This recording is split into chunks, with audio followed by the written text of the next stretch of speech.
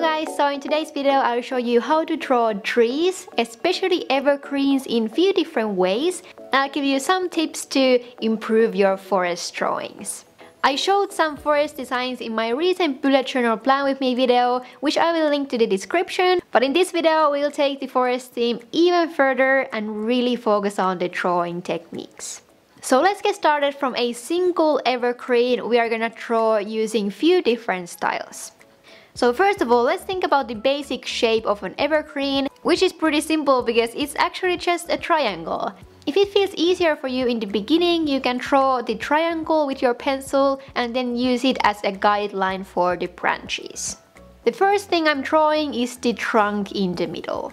Then starting from the top of the tree, we are drawing the branches one at a time, gradually making them longer as we go down. You can add as many branches as you like, you can play with the spacing and length of them, and try not to make it look too symmetrical because, you know, in the nature nothing is symmetrical, so the tree will be more realistic looking if the spacing and the length of the branches vary a little bit. And yeah, that's literally all. Drawing an evergreen is actually pretty simple. Then I'm doing the same thing again, but this time leaving a little bit more white space between the branches, and you can see how it creates slightly different look for the tree. Okay, so next I'm switching to a different tool. So this time I'm taking a black brush pen, but this time you can see how just switching the pen makes the style different as well. I personally like pretty loose style, so I'm showing you how I'm drawing another tree faster than the previous one and how it still looks like an evergreen, though I didn't pay that much attention to the details at all. And you can do the same thing by using any color you want, and actually by mixing different colors together you will end up with a more dimensional and interesting result. So now we know the basics of how to draw an evergreen. In my Plan With Me video I showed you how I used water together with my brush pens to draw a forest landscape. So that's the next step we are taking, and I'm really walking you through that water technique as well. So I'm using this blender pen, which basically does the same exact thing as a super small watercolor brush. So use whatever you have home and you're comfortable with, and then I'm wetting the brush lightly before taking color from a normal brush pen. Doing it this way makes the actual color lighter, and you can use it almost as a normal watercolor, which is pretty cool, and it takes the possibilities to use your brush pens to whole another level. So with this blender pen, I'm starting to draw the trees using similar shapes we practiced earlier, but with water, the end result is naturally a little bit more loose and less defined. And what is great about this is that you can always go over certain areas with your brush pen directly, and you can see how much darker the actual color is. I think this is a really great and easy way to add subtle details to the drawing and maybe more darkness to certain areas without needing another color or another pen for the same purpose. So next, to finish this forest landscape, I'm using two lighter colors to add more dimension to this whole thing. So usually when you have something further away, it appears lighter. So if you want to have that thick forest look, it will probably be a good idea to switch the colors and intensity of the trees. Also, if something is further away, you are likely not seeing as many details in them either. So the actual shapes of the trees matter much more than how you drew the individual branches or whatever it may be. So you can see I'm being really messy with the details here and mainly just focusing on the overall shapes. I'm using almost no time in one tree, so just slathering them on.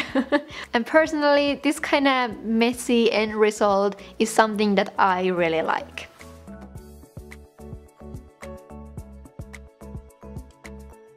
So I hope this quick guide to forest and evergreen drawings was helpful for you. There are so many different ways you can draw or paint them and how you want to use them in your own art, and it all really comes down to your personal preference. Do you like things to look maybe a little bit more neat, or do you like that messy, almost misty appearance where you can't see all the details in the trees that clearly?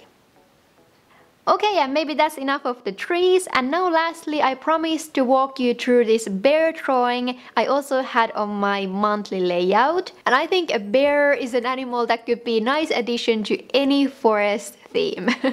I'm also using that same water technique with my brush pens here to color this bear in.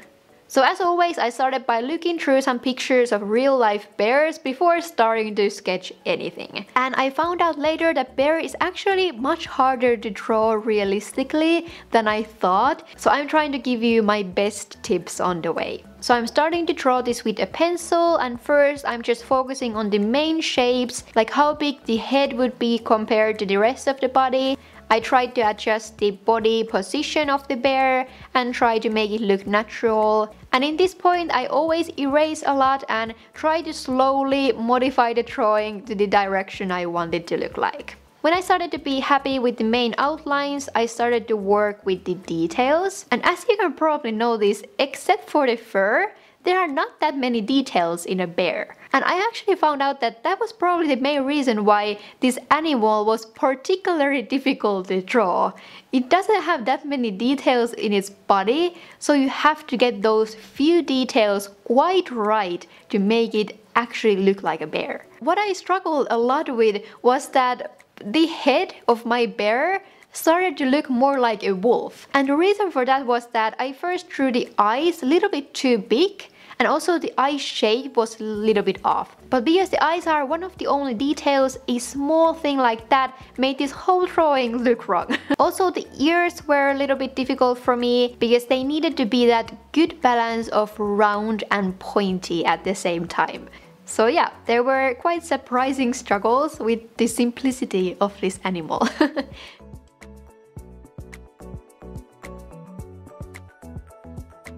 But after I was happy with this sketch, I started to color in the bear.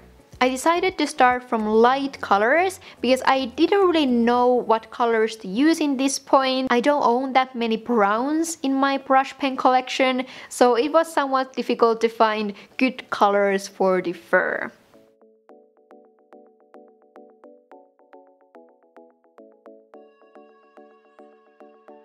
But anyway, I started to do layers of brush strokes. I tried to find the shadowy areas and use darkness to define dimensions in the fur. But it was actually quite difficult, especially in the beginning when there was a lot of white everywhere. Now looking at the end result, I think a more simple way to color in these bears would have been better. For example, a more traditional watercoloring technique, and not focusing too much on the fur details. I think it would have probably worked better because now I had to go over the certain areas to get the darkness I needed. But because the paper in my notebook is not that thick, it started to break from using water and also water-based brush pens too many times on one area. So I'm not totally happy with the end result of this drawing, but it's not horrible. So yeah, I still wanted to share this journey with you. I think maybe if you wanna draw a bear and you have no idea where to start from, there were still some good tips in the sketching part. And you know, this happens while bullet journaling. You are not always completely happy with all the drawings and decorations you have, but it doesn't mean you have to rip off the page. I think this is a very good practice for someone who's a little bit more perfectionist, to just let go and accept it and think about the experience and things you learned from just trying to do that in the first place. So I think that's a good note to end this video. If you want to see my whole monthly plan with me video, go check out that video if you didn't already. If you are new here and you like this drawing tutorial, please consider subscribing to my channel. It would mean so much to me. But I guess that's it for this video. Thank you so much for watching. I really hope all of you have a wonderful day or night wherever you are. And see you in my next one. Bye bye!